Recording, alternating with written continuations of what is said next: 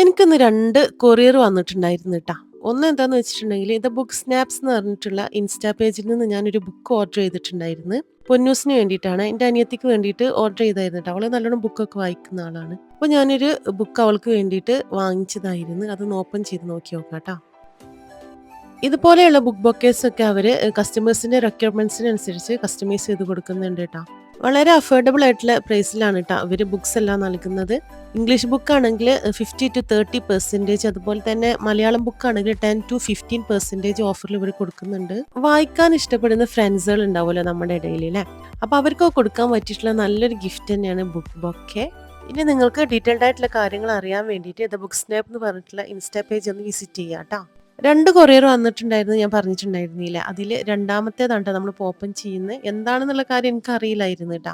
ഇതൊരു surprise gift ആയിരുന്നു. എന്റെ ബർത്ത്ഡേ ആയിട്ട് എന്റെ ഫ്രണ്ട് അയച്ചതായിരുന്നു ട്ടാ. ഈ ഗിഫ്റ്റ് എനിക്ക് ഒരുപാട് ഇഷ്ടമായി. നല്ല ക്യൂട്ട് ആയിട്ടുള്ള ഒരു ബൊക്കെ. ഇതുപോലെ ചോക്ലേറ്റ് ബൊക്കേസ് ഒക്കെ അവർ പ്രൊവൈഡ് ചെയ്യുന്നുണ്ട് ട്ടാ. ഇനി ബുക്ക് വേണമെന്നുള്ളവർ ഇവരുടെ പേജ് വിസിറ്റ് ചെയ്തിട്ട് പർച്ചേസ് ചെയ്യാം ട്ടാ. Thank you.